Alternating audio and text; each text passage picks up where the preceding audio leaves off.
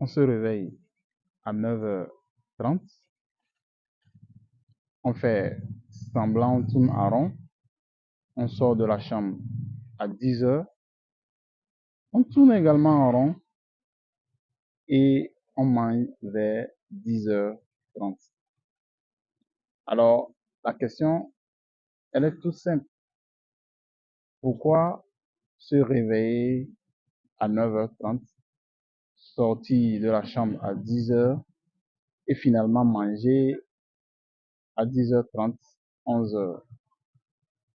Alors, c'est un peu ça le quotidien que nous avons traversé, que nous avons vécu lors de notre bref séjour dans la vie estudiantine. Aujourd'hui, beaucoup sont dans le même cheminement et ce qui m'amène à raconter cette histoire, c'est la peur que je rencontre chez beaucoup de jeunes bacheliers qui décident de ne pas affronter cette vie-là. Alors revenons un peu en arrière. L'on pourra se poser la question de savoir pourquoi dormir jusqu'à 10 heures et sortir de la chambre et faire semblant pour finalement manger à, à 11 heures. D'ailleurs, ce repas, finalement, on va l'appeler petit déjeuner, déjeuner ou quoi finalement? Alors, il faut comprendre une seule chose.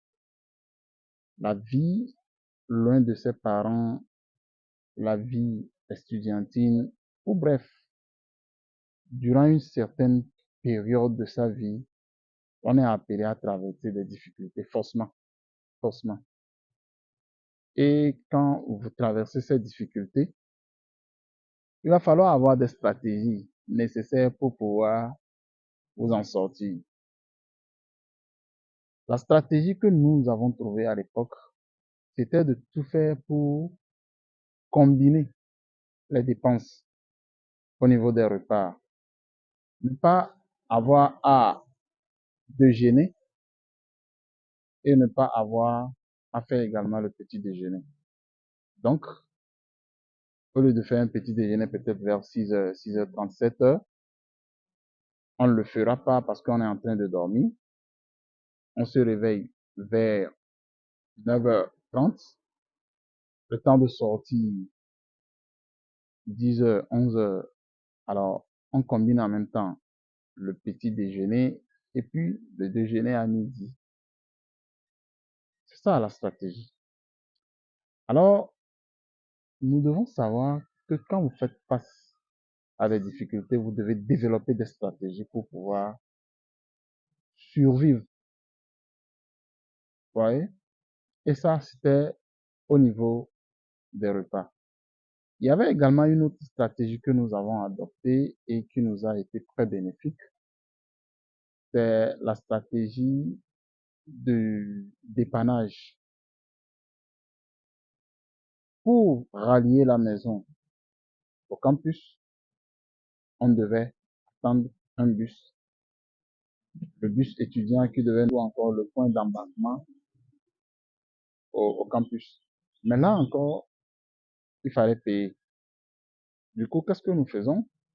Au même moment où on attendait le bus, on guettait des passagers qui étaient peut-être seuls dans leur véhicule ou seuls à moto.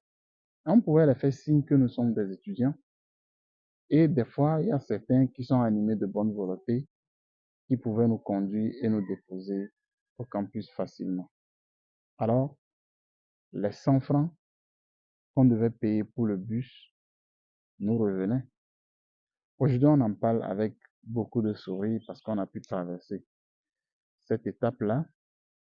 Mais je crois que c'est des leçons à donner aux plus jeunes pour leur dire qu'il faut toujours trouver des stratégies. Faut pas fuir les difficultés dès le départ. On savait clairement que ça n'allait pas être facile. Mais on y est allé. On a fait de notre mieux. Dieu merci. On s'en est sorti vivant et plus fort. Ne fuyons pas les difficultés. D'ailleurs, en fuyant les difficultés, vous allez vous retrouver dans d'autres difficultés. Et ça, rassurez-vous, vous n'y allez jamais échapper. Vous n'allez jamais échapper aux difficultés. Les difficultés seront de différentes natures. Quand vous vous dites que vous ne voulez pas subir telle ou telle difficulté, rassurez-vous, il y a une autre difficulté qui vous rattrapera. Alors, sachons qu'il y a forcément des choix à faire et il y a toujours des stratégies à développer pour faire face aux difficultés. Merci.